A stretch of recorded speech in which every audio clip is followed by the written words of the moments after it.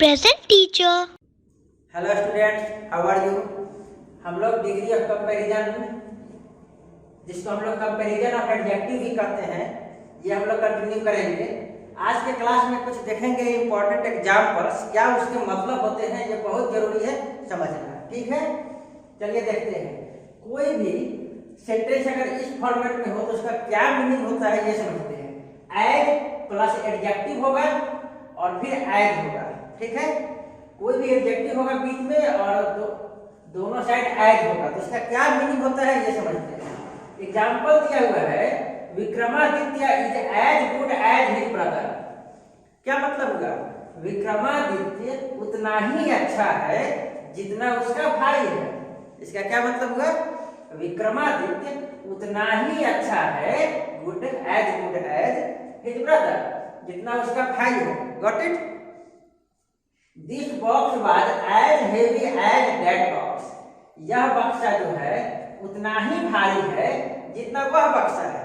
यहाँ क्या समझे हम लोग? एक चीज तो समझे कि दोनों जो है, जो कंपेयर कर रहे हैं, ये दोनों बराबर है, क्वांटिटी दोनों का बराबर है, अच्छाई दोनों में कितना है? इक्वल है। दोनों कितना अच्छा है? तो दोनों बराबर अच्छा है। Got it? दोनों बॉक्स कितना भारी है? दोनों बॉक्स बराबर भारी है। तो इसको हम लोग कैसे कहेंगे? This box was as heavy as that box. यह बक्सा जो है उस बॉक्स से कितना भारी है? बराबर भारी है। दूसरे सेंस में हम लोग ये भी कर सकते हैं। ओके, तो क्या समझे हम लोग? As plus adjective plus as का हम लोग यूज क्या समझे? जब दो पर्सन और थिंग का क्वालिटी जो है दोनों का इक्वल हो तो हम लोग as plus adjective plus as का फॉर्मेट में बता सकते हैं। जैसे I am as intelligent as you are.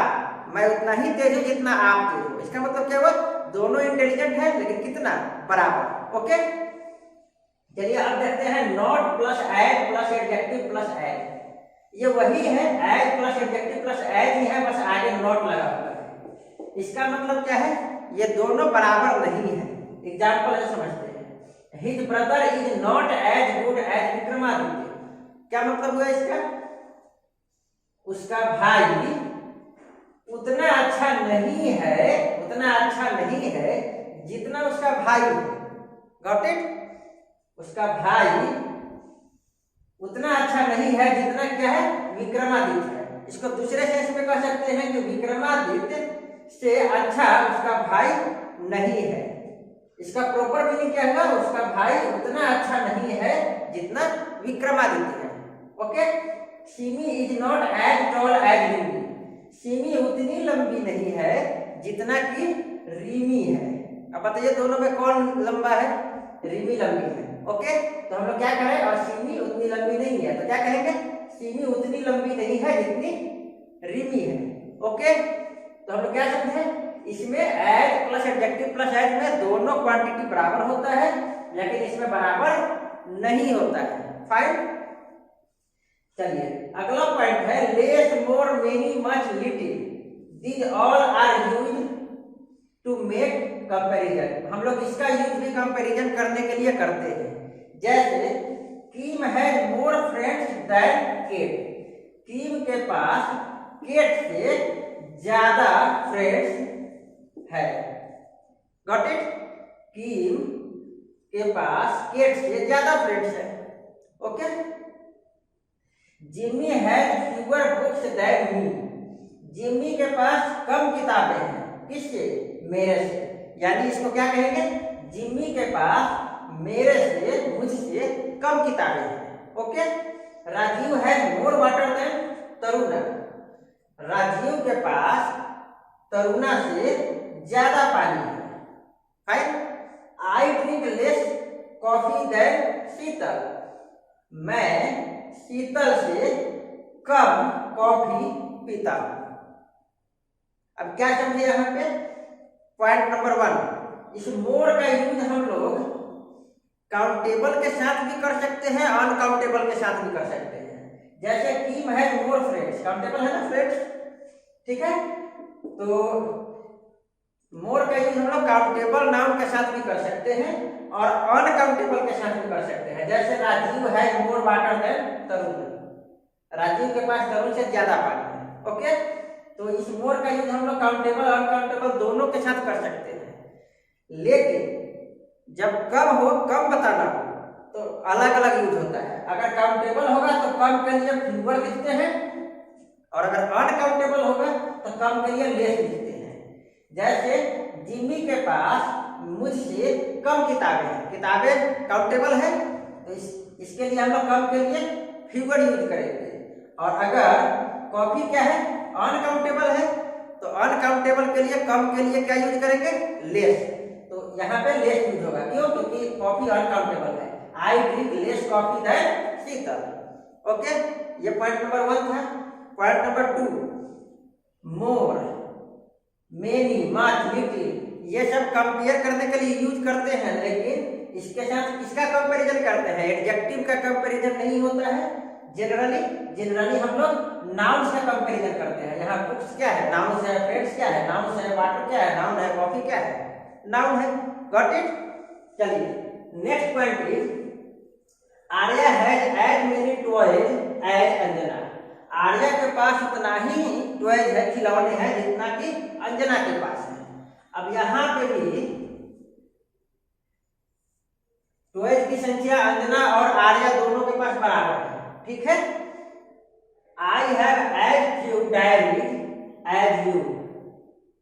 ठीक है, मेरे पास उतना ही कम डायरी है जितना कि आपके पास है। फ्यू मीन्स कम। ओके, मेरे पास उतना ही कम डायरी है जितना कि आपके पास है। Okay, next example is you should drink as much water as you can.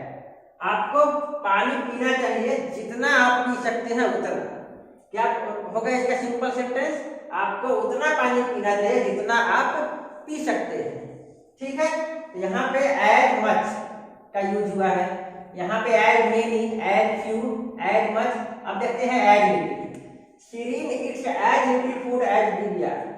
Shirin उतना ही कम भोजन करती है जितना कि दिव्या करती है। ठीक है, अब यहाँ पे देखिए काउंटेबल होगा तो मेनी, एज मेनी और एज फ्यू का यूज हमेशा काउंटेबल के साथ करते हैं। As many, as few. Got it? और अनकाउंटेबल के लिए हम लोग एज मच और एज लिटिल का यूज करते हैं। ज्यादा के लिए एज मच, कम के लिए एज लिटिल। और काउंटेबल में ज्यादा के लिए एज मेनी, कम के लिए एज फ्यू। ओके, चलिए क्वेश्चन है rewrite this sentence using as dash as और नॉट एज एज। मतलब एज का यूज कीजिए या नॉट एज का यूज कीजिए और सेंटेंस को रीराइट करना है। मीनिंग समझिए, Rana Pratap was a brave lion. Rana Pratap एक बहादुर सिंह थे। ठीक है, इसको हम लोग ऐसे भी तो कह सकते हैं, राणा प्रताप उतने ही बहादुर थे जितना कि शेर। कह सकते हैं ना? तो हम लोग इसको क्या लिख सकते हैं? कुछ इस ढंग से लिख सकते हैं, Rana Pratap was as brave as a lion. लिख सकते हैं ना? तो देखिए यहाँ पे as brave as adjective as के फॉर्मेट में आ गया ना, दोनों का मीनिंग सेम है ना। चलिए अगला, my sister and I R 12 years old। अब दोनों ही 12 साल के हैं, दोनों की एज 12 years है। ठीक है, तो यहाँ पे क्या करेंगे हम लोग, कैसे लिखेंगे? मेरी बहन और मैं दोनों ही 12 years के हैं, दोनों ही 12 साल के हैं। इसको हम लोग ऐसे भी तो लिख सकते हैं कि मेरी बहन का एज उतना ही है जितना मेरी है। ठीक है, तो इसको लिखेंगे my sister is as old as I.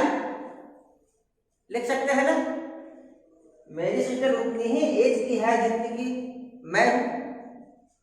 Fine, चलिए the cities are more polluted than villages. शहर जो होते हैं गांव से ज्यादा पॉल्यूटेड होते हैं।